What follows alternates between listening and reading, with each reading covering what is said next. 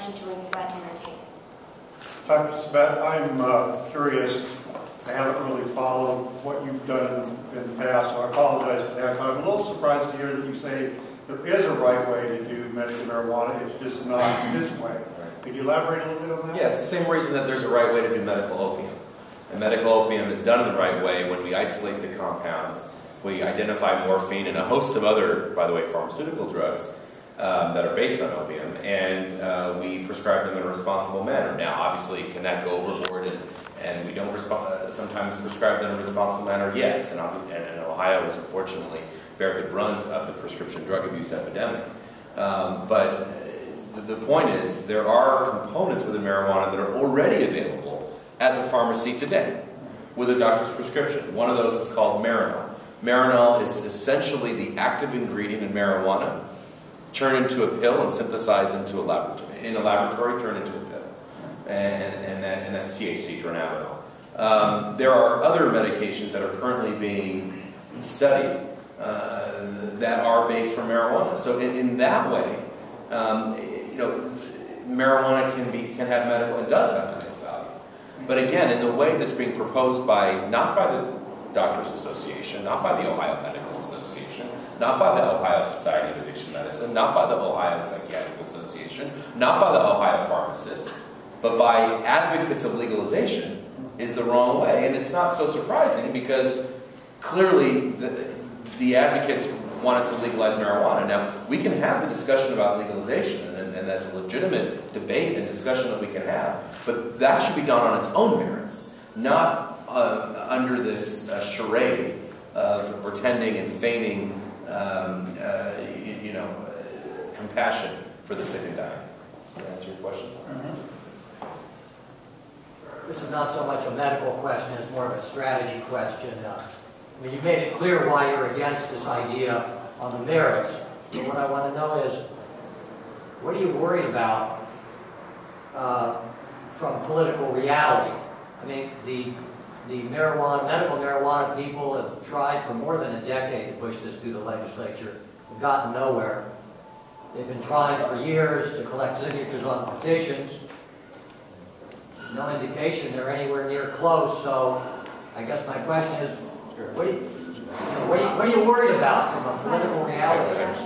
I'll kind of take a stab at that from Ohio. We work with other states, and we know that in Massachusetts and Arizona being two of them, where they kind of came in quietly in the stealth of night. And the same sort of feeling that we have here now, that it's not going to happen, it's not going to happen, they don't have their act together, and wow, it's there, it's real, and it's law. And so we are very convinced that watching what's played out throughout the nation, that it's very possible to handle here. We know that one of the national pro-lobby marijuana groups has actually on their website that said Ohio is targeted to be one of the top 8 states to go after in the very recent future. So we know that we're in the crosshairs of what they want to do. We know that this is a very complex issue. This is an issue that takes a lot of education, a lot of research to get people to understand how complex it is. Unfortunately, the other side can put it on a bumper sticker and a cute little saying, and we have to get a lot of information to people that can't fit on a bumper sticker to get them up to speed to what this is about. So what we are worried about is bringing the population along with those of us who've studied it for years to understand what needs to happen to make sure that we can make good policy decisions when the time comes, and the time is coming. We have no doubt about that. Sure. 45 years ago, the legalization lobby announced that they would be using medical marijuana in order to give marijuana a good name. And this was part of a long-term strategy. Now, this is, of course, opposed by the American Medical Association, that completely opposes state-based medical marijuana. But the pro-drug groups said that. 45 years later, we're not dealing with guys in hemp t-shirts singing Kumbaya. We're dealing with multi-million-dollar lobbies that have sprouted across this country, that are coming to Ohio and have targeted Ohio, that some of these folks and these organizations have made their money off of commercializing medical marijuana in California and Colorado, and they're now bankrolling efforts across the country to change laws, and the first step towards changing the law towards full legalization is medical marijuana. So it's not surprising that when you read the medical marijuana law being proposed, that the people who are eligible for marijuana as medicine include anybody, not just people with debilitating illnesses. It's anybody for which you or a commission set up by the legalization groups themselves deem is appropriate to receive marijuana as medicine. So it looks like legalization because it is legalization. It's just shrouded with medicine around it, and those folks are putting on white coats and pretending to care for the sick and dying. This is part of a long-term strategy to legalize marijuana. And in these tough budget times, while people in treatment and prevention are spending their day, saving lives, they now have to deal with not only their day job of prevention and treatment, but worrying about what a big marijuana industry, commoditized industry, is going to look like in terms of making their day job that much harder. So we are going to have big marijuana come in. It is going to be like big tobacco. We've learned for 100 years the problems and the way that the tobacco industry, for example, deceived the American public and pitched cigarettes as medicine. Remember? The physicians prefer Pall Mall.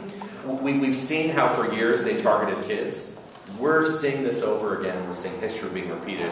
Before that happens, we have to get out ahead on it and get the message out there that smoked marijuana is not medicine. Other components of marijuana can be. We want to do the research to make sure we're being compassionate. Is there any evidence that George Soros or Peter Lewis or any other wealthy backers of these kinds of movements, any evidence that they are ready to give either of these two Ohio campaigns some money so they will be better organized and can succeed with the ballot? It's not only evidence, they've already done that. I mean, so these ballot initiatives are being supported by organizations whose primary funders are those individuals that you mentioned. So this is about a couple of big donors coming in, funneling through legalization organizations, again, not the AMA, the doctors are not for this, but through advocate organizations and pushing this in the state. So it's happening as we speak. I think what